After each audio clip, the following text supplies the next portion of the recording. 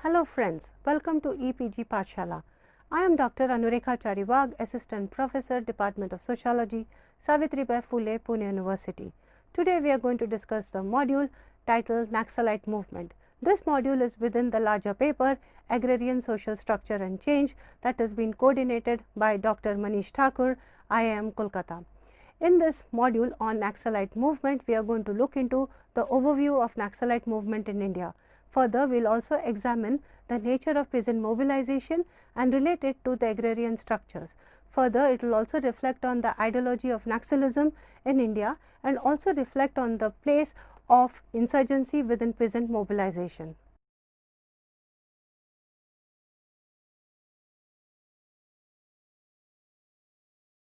For the observers of the Indian agrarian scene, the Naxalite movement marked the emergence of a new era in the history of peasant struggles in India.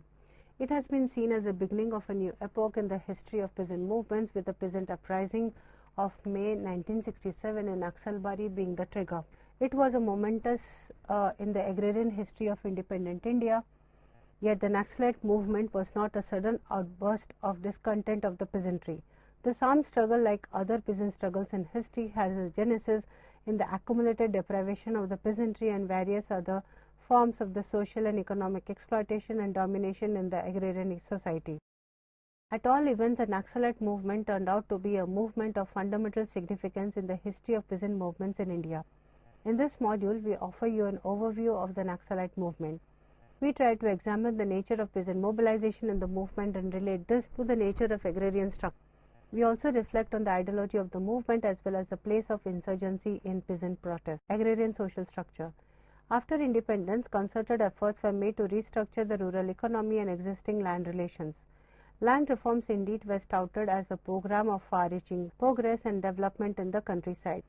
It was hoped that equitable and just structural reforms in the agrarian system would reflect the basic changes in the patterns of land ownership of land and land relationship in the wake of land reforms. However, the land reforms introduced by the Government of India turned out to be a damn squib. According to Singha Roy, the land reform program of Government of India was a failure. The failure emanated from multiple factors. There is a consensus among the scholars of the agrarian scene as to the huge gap between the policy and rhetoric of land reforms and its uneven implementation on the ground level.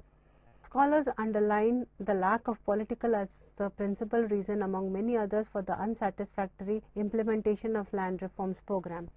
The failure of land reforms led to the emergence of sharp polarization of the classes in the countryside. As Singha observed, all these land reforms in general led to illegal land transfers and termination of the sharecroppers by landowners.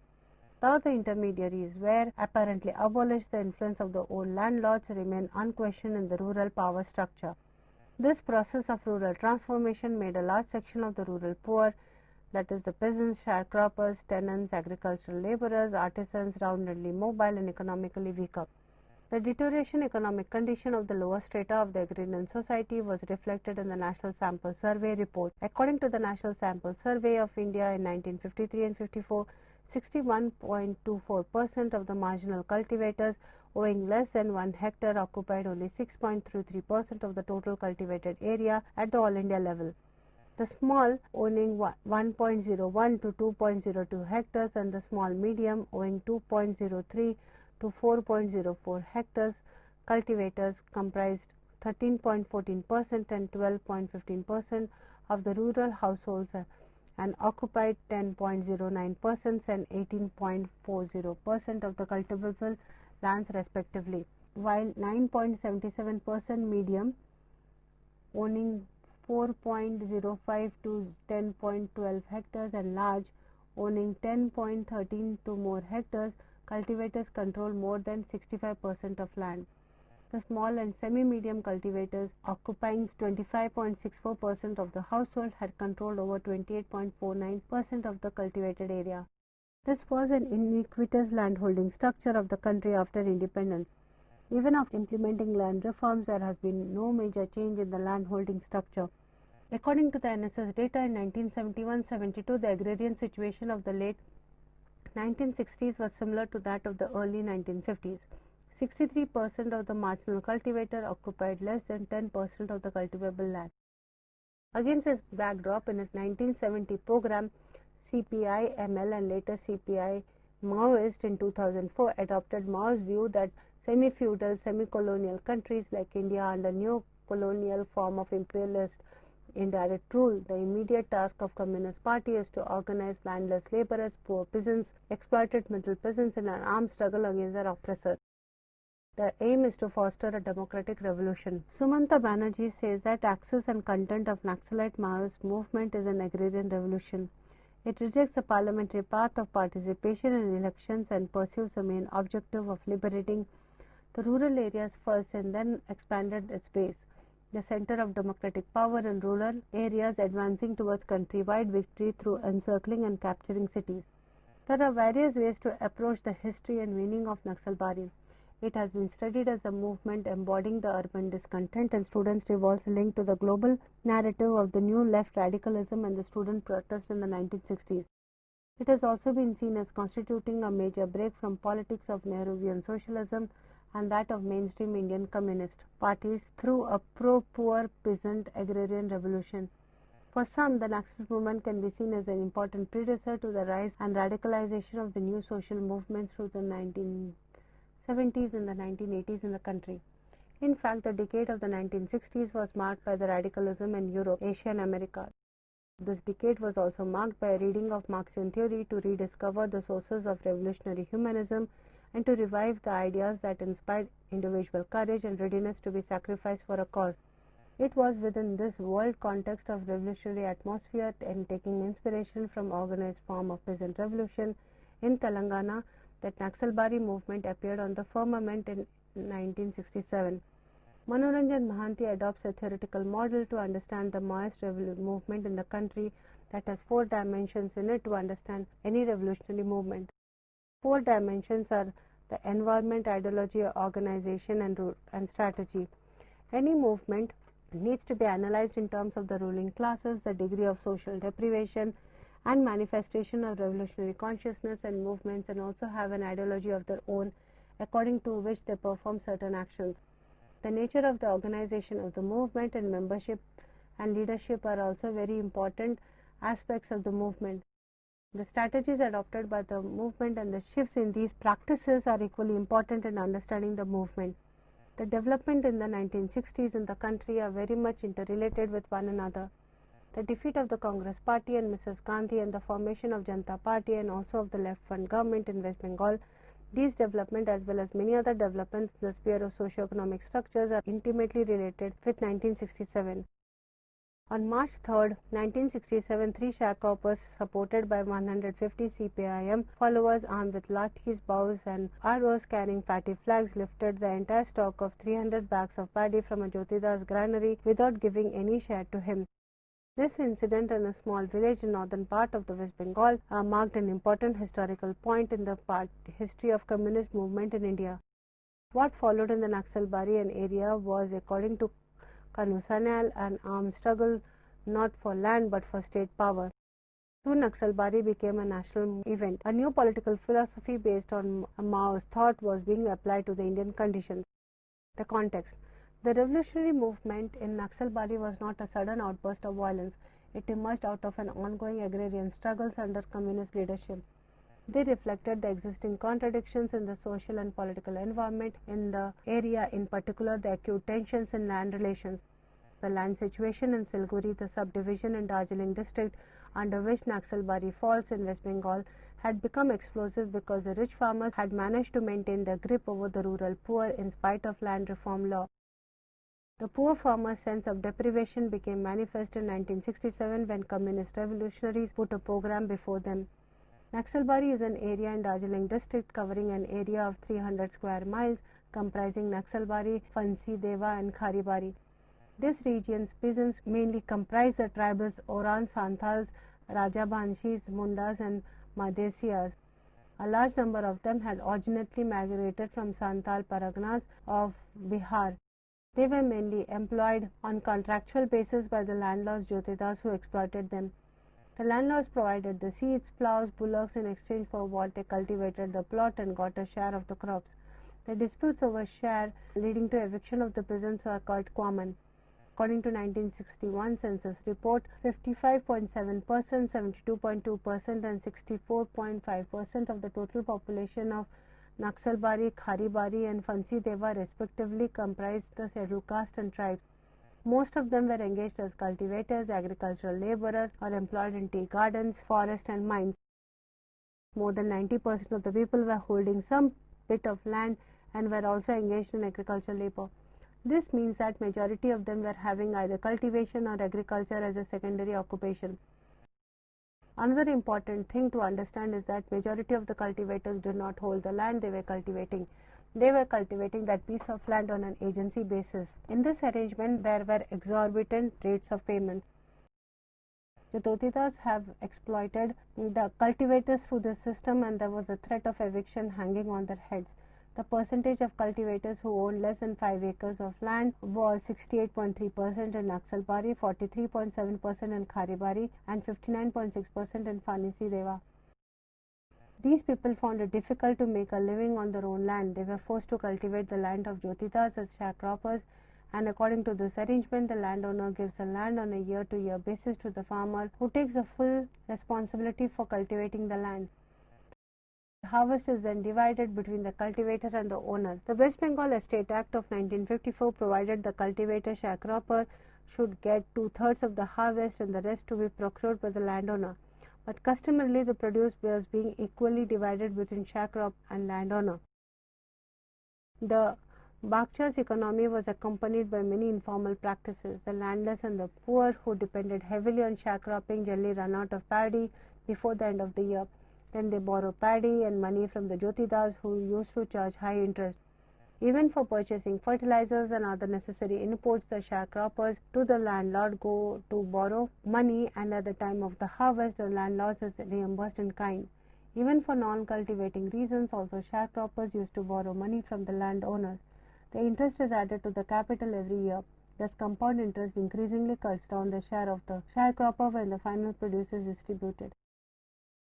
In the areas of Siliguri, where nearly half of the total land holdings were cultivated by sharecroppers, the Bakcha's issue was bound to become a central issue of any movement. The Estate Act of West Bengal had prescribed a ceiling of 25 acres of land for each household, but the loopholes in the act were large enough for the big landowners to escape the ceiling provision. The big landlords used these loopholes for their benefit and still could hold high amounts of land under their ownership. This unequal agrarian situation that resulted in continuing property in the rural population had been the subject of many agrarian movements in West Bengal. The economically dominant big Jotidas and the plantation owners belonged to the ruling elite, the landless and the poor peasants notwithstanding economic grievances. The conditions of the plantation workers were somewhat better than the landless poor peasants because they had fixed wages, whereas the earnings of the peasants were fluctuating depending upon the harvest returns. The economic situation of the poor peasants and the landless labor was deteriorating all over India from the early 1960s. On 2nd March 1967, a non-Congress United Front government which comprised of CPI, CPIM and Bangla Congress came to power in West Bengal. This government promised to bring land reforms, which was to distribute land to small and landless peasants. A small pot of land for each and the release from the burden of any usury was promised. In the wake of the promise of United Front, the landlords, big or small, started evicting the sharecroppers from the plots with the fear that they might demand a possession of the plots. There was a spate of eviction in the countryside. In Naxalbari, a sharecropper, Bigul Kishan, was evicted by the landlord despite the court judgment to the contrary. The landlord and his gang attacked Bigul Kishan and got away with it. The specific incident that acquired national publicity took place in the last week of May 1967 in Naxalbari. On 23rd May, a police party led by inspector was on patrol duty and confronted a group of rebels armed with bows and arrows. In the encounter, 3 policemen were injured and inspector died later in the hospital. The death of the police inspector led to a police firing the next day that left in somewhat deliberate revenge, killing 6 women, 1 man and 2 children were dead. It was this incident in Naxalbari which got wide publicity and associated the whole movement with Naxalbari. The United Front government in West Bengal responded initially with some caution to the violent responses of the peasants in the Siliguri region. The Home Minister asked the police not to enter the rebel strongholds. Cabinet members of the United Front government tried to meet the leaders of the movement like Charu Mazumdar, who was the most prominent leader of the movement, and others like Kanu Sanyal. These leaders were told that the land questions would be considered urgently. There was no need to resort to violent means. This was rejected by the leaders of the movement. On the other hand, central government was increasing the pressure on West Bengal Chief Minister to order a police action. On July 5th, the West Bengal cabinet ordered a full-scale police action which started on 12th July and which swept through an entire area, arrested more than 100,000 people and started continuous vigil in the region. Some of the important leaders of the movement were arrested, some went underground and later were arrested. The revolutionary movement in Siliguri region was suppressed in 3 to 4 months of its inception. Though it was a movement and was suppressed within a short span of life, the All India impact of the movement had already made its landmark in the political history of India. It was not a spontaneous action, it was a consciously planned agrarian revolt by communist revolutionaries which was suppressed by the government. The leaders of the movement believed in the theory of armed revolution, analyze a class situation in the area, arm themselves with locally available weapons and seize political power in the small area.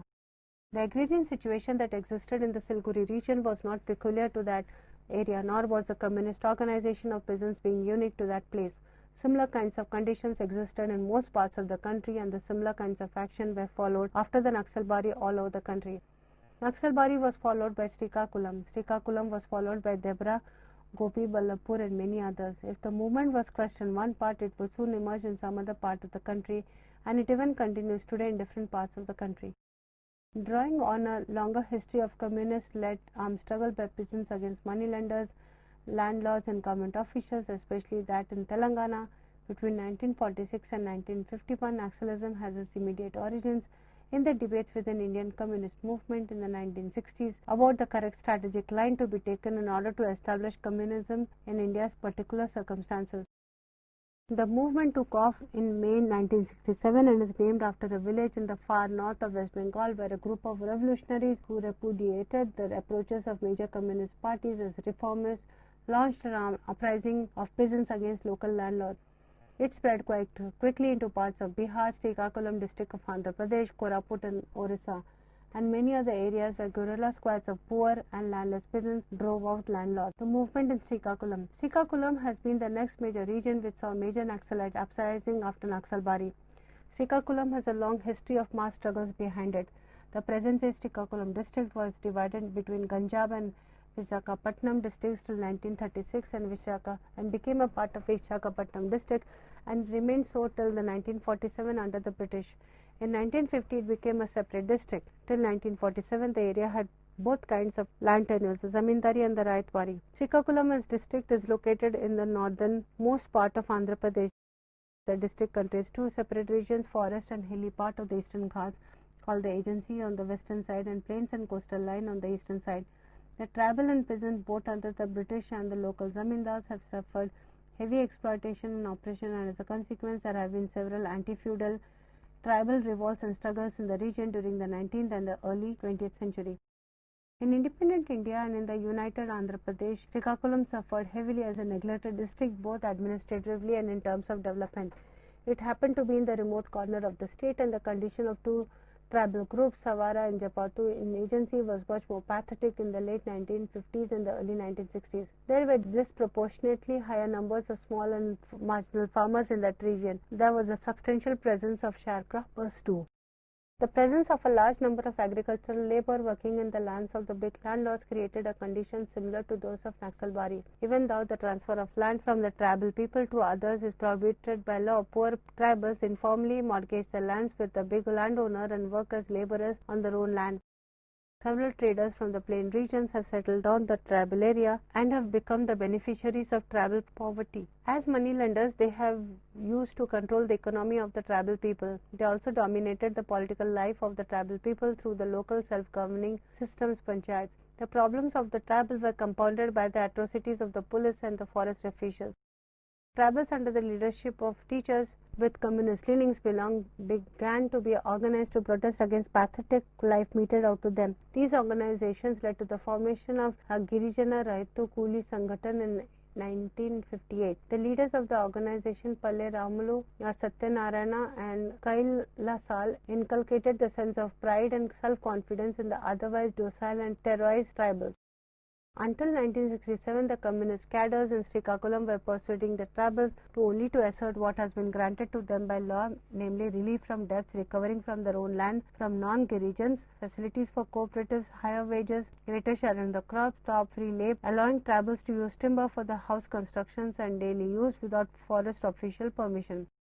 Though some of these demands were secured in part, the partial fulfillment of economic demands were going to be wasted, as administration coming to the rescue of the landlords and moneylenders and subjecting the tribals to further repression and harassment. Thus, by the mid-1960s, the tribals and the local leadership arrived at an understanding of take militant forms of struggle, including occupying the lands by themselves and fighting the state.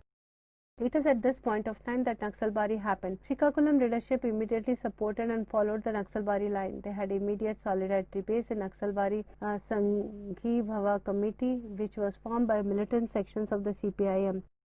Srikakulam leadership itself aligned with the newly formed CPI-ML and announced 4-point program: the seizure of landlords' property, organizing Raithanga Sangrama Samitis and other governing bodies in the villages, organizing guerrilla squads, and alienation of landlords, police personnel and informers. Between 1968 and 1970s, the revolutionaries had mobilized almost the entire tribal populations in the Srikakulam agency, carried out numerous attacks resulting in the death of at least 34 landlords. In the high point of the movement in 1969, the revolutionary controlled nearly 300 villages out of 518 in the agency. The peasant revolutionary committees ruled over the region, tried the moneylenders in people's courts, annulled debt agreements, redistributed land and conducted military training among people. Later in the year, the movement spread to other districts of Andhra Pradesh, namely to Warangal. While these activities were going on, Charu Mazumdar visited Srikakulam in February and March 1969 and also attended the state level meeting of the communist revolutionaries held in Guntur district. The meeting approved Naxalbari Srikakulam struggles and pledged to take the spirit of the struggle forward. Responding to the tribal resistance, state forces entered agency area and attacked several villages and terrorized tribal communities, arresting and keeping several people in illegal custody for days together, subjecting them severe torture, rape and molestation of women became the order of the day. Household properties and grains were either destroyed or taken away. Summing up the Srikakulam experience, Sumanta Banerjee said that by the end of 1969, although altogether 15 districts of Andhra Pradesh were affected by communist revolutionaries, the situation in Srikakulam and Warangal districts was so grave that the areas affected were declared as disturbed areas. According to government statistics, communist revolutionaries killed 48 people, including landlords, moneylenders, merchants, forest officials, and policemen, and made 99 attacks on the police and abducted 15 people. In all abduction cases, according to the government, the victims were tried in people's courts. Punishments ranging from death to penalty or fine were imposed on them. Besides, a large quantity of guns, ammunition, and explosives were also seized by the rebels during the raid. Both from its power of sustenance and its improvement of organization, it was evident that the movement in Andhra Pradesh in 1968-69 was a more resounding and clear-throated echo of the short-lived Naxalbari. While Naxalbari branded the words armed agitation, armed agrarian revolution on the signpost of Indian Revolution, Srikakulam engraved on it the sign guerrilla warfare to indicate the turn of the road. A comparative assessment. Revolutionary movements in the both places, Darjeeling and Srikakulam, were offspring of the ongoing agrarian struggles under the leadership of communists. In no way they were sudden outbursts of peasant violence. Both the areas had acute tensions between the lower caste, lower peasant classes on the one hand and the rich farmers and landlords and the traders on the other. In both the cases, political activism of revolutionaries identified the ruling elite as the enemy of the poor classes and made the latter conscious of their demands. In both the cases, long popular local leaders were in authority of the movement. In both the cases, the organization decided to resort to armed struggle after the members had suffered armed attacks by the landlords and the police. The difference between the two movements are as striking as the similarities. In Srikakulam, it was mostly the agricultural laborers who participated in it.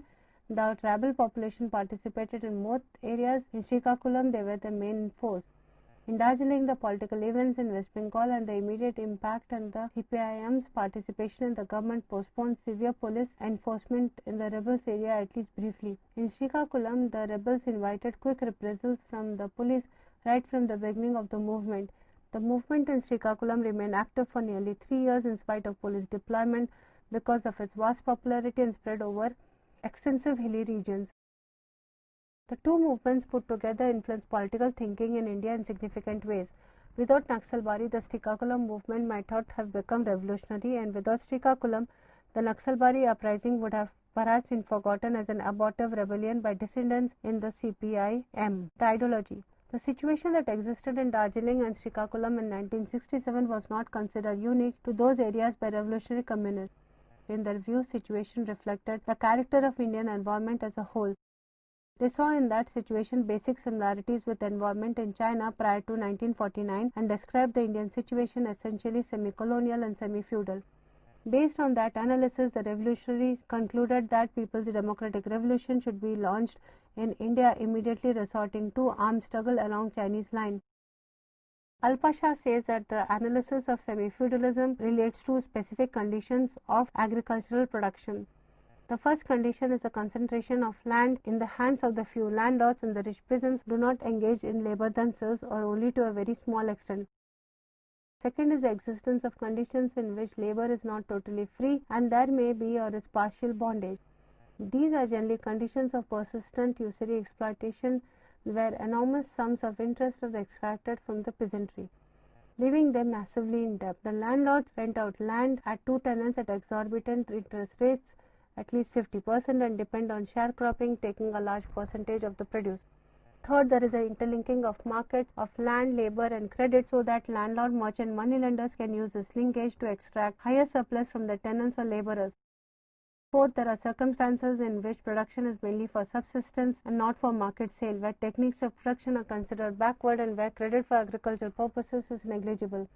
The initial thesis of semi-feudal and semi-colonial of Indian society by Moyes pertains to the obtaining situation in the late 1960s and early 70s, and there has been a debate in the situation is changed significantly, and hence there was a need to alter, if not completely give up, formulation. There is sufficient evidence that the Maoists have consistently studying and analyzing the subject and concluded that changes are not so significant and fundamental to alter their thesis. Naxalite understanding of Indian situation has been criticized by many social scientists as dogmatic. Sociologist Rabindra Ray termed the semi-feudal characterization as metaphysics. He says characterization is so much the description of the state of affairs and undertaking for which Naxalites in any case lack the diligence, study and patience and injection to an action of a particular, that is, the meaning of the characterization only emerges with respect to strategy it entails.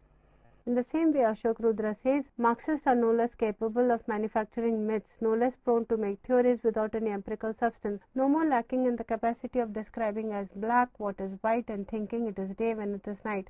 Some over-enthusiastic political economists have by sheer repetition succeeded in making a widely accepted certain theory of semi-feudalism to explain an alleged stagnation of Indian agriculture, paying scant regard to facts or figures. In conclusion, to the module on Naxalite movement, we need to recognize that even now, that is in 2017, many parts of India still experience Naxalite movement, and many of the leaders in India have referred to Naxalism as the single largest threat to the internal security of the country. Further, we need to understand that the threat of Naxalism has also risen because of the challenge of neoliberal policies that has marginalized the poor still more. Further, we also need to understand that within the international concerns of the rights of the indigenous people has given a very different idea to the whole discourse of Naxalism. Thank you.